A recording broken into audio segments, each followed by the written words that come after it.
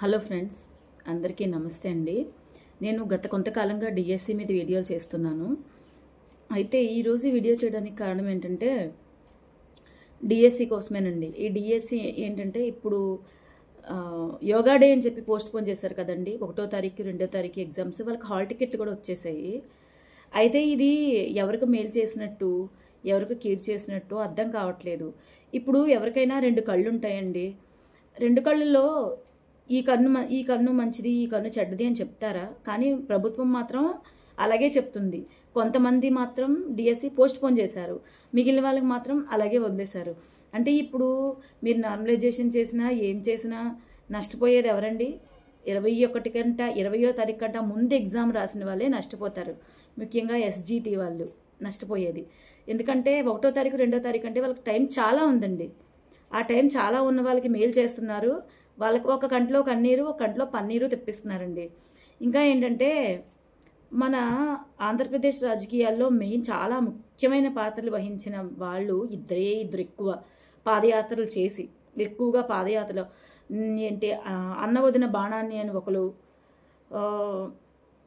అంతా నాకు చెల్లి కాదు బిడ్డ అని ఒకరు అని అన్న వాళ్ళు, అన్న చెల్లి ఇద్దరు కూడా.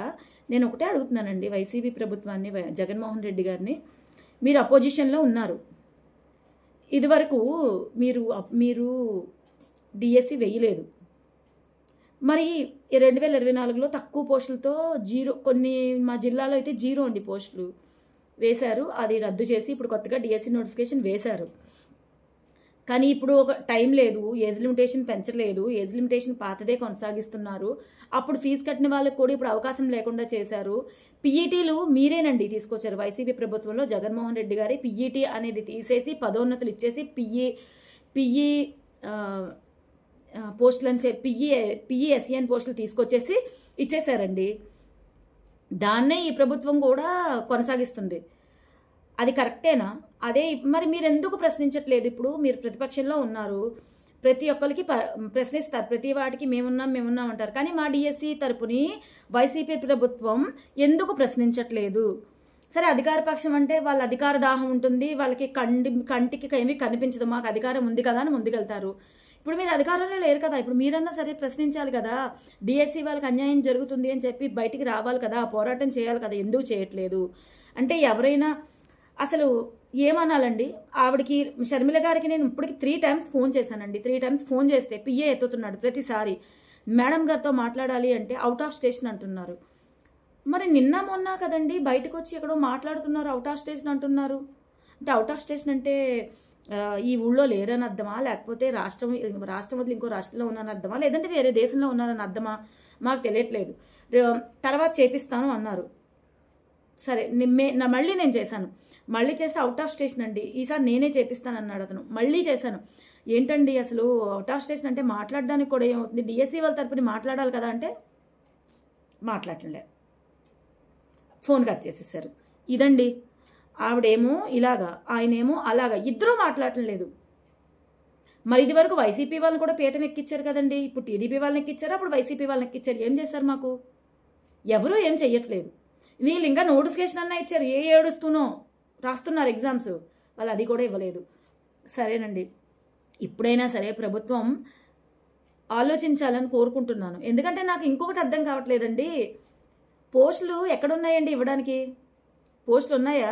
చాలామంది టీచర్స్, నాకు తెలిసిన మా రిలేటివ్, మా సిస్టర్కి మిగులు పోస్ట్ అండి, క్లస్టర్. అంటే ఇప్పుడు స్కూల్కి వెళ్తుంది, ఏ స్కూల్కి ఇప్పుడు ట్రాన్స్ఫర్ అయిందో స్కూల్కి వెళ్తుంది, కానీ అక్కడ ఎక్స్ట్రా పోస్ట్ ఇది కాబట్టి ఆ క్లస్టర్ జోన్లో స్కూల్ అన్నిటికీ ఎక్కడ టీచర్ రాకపోయినా అక్కడికి వెళ్ళి చెప్పాలి పాఠం. ఇది టీచర్లకు చేసేది. అతనేమో టీచర్లని బాత్రూమ్ ముందు కూడా ఉండండి నాడు నేడు అని చెప్పి ఫోటోలు తీపిచ్చాడు. వీళ్ళేమో టీచర్లని ఉరుకులు పరుగులు పెట్టిస్తున్నారు. ఇదండి పరిస్థితులు, ఇలా ఉన్నాయి. ఎవరూ గొప్ప కాదు, వాళ్ళు అంతే వీళ్ళు అంతే. పైకి పిచ్చోళ్ళు అయ్యేది ఏంటంటే వెర్రిగొర్రెలు, ఓటర్లు పిచ్చోళ్ళు అయ్యేది. వాళ్ళ మనోభావాలతో దెబ్బతీస్తున్నారు. ఒకళ్ళేమో ఎవరికోనంట తల్లికి వందనం అంట 14 మందికి పడిందటండి. ఒక ముస్లిం అట 3 పిల్లలంట, 14 మంది పిల్లలట. ఇంతమందికి ప్రోత్సహిస్తున్నారు. మీరెందుకు సార్ ఒక్క పిల్లాడితో ఆపేశారు? మీ అబ్బాయి ఎందుకు ఒక పిల్లాడితో ఆపేశారు? కనొచ్చు కదా. పోషించే స్థితి లేని వాళ్ళకి మాత్రం కనండి, పిల్లల్ని కనాలి కనాలి, మేము అమ్మఒడి ఇస్తామంటారు. మీరు ఇస్తారు తల్లికి వందనం, వచ్చే గవర్నమెంట్ ఇస్తుందా? ఎలా? ఇవన్నీ కూడా మా మీదే కదా, ట్యాక్సుల రూపంలో రేట్ల రూపంలో పెంచేసే కదా ఇచ్చేది. ఇది అర్థం కాదు ఎవరికి. పిచ్చి కామెంట్లు పెట్టడానికి మాత్రం ముందుంటారు అందరూ కూడా. ఇదండి మన దరిద్రం, ఇలా ఉంది. ఎందుకంటే డిఎస్సి గురించి మాట్లాడరు. నాకు ఏంటది ఏమన్నాడు, నువ్వేమీ అంతా నీకు టాకింగ్ పవర్ లేదు. ఇప్పుడు ఏంటి నీకేంటి ప్రాబ్లం? నాకు టాకింగ్ పవర్ లేకపోతే నువ్వు చూస్తున్నావుగా నా వీడియో, అంటే నాకు ఏ పవర్ ఉందో నీకు తెలిసింది కదా. టాకింగ్ పవర్ లేనప్పుడు ఎందుకు టైం వేస్ట్ చేసుకుని చూడకు తమ్ముడు నువ్వు. నాకు టాకింగ్ పవర్ లేదు. నేనేమన్నా నాకు టాకింగ్ పవర్ ఉందని చెప్తున్నానా? మా బాధ చెప్తున్నాం. బాధ వినిపించుకోవడానికి టాకింగ్ పవర్ ఉండక్కర్లేదు, మాట్లాడగలిగితే చాలు. మూగవాళ్ళు కూడా సైకిల్తో చెప్తారు, గుడ్డి వాళ్ళు కూడా తడుగుతూ చెప్తారు.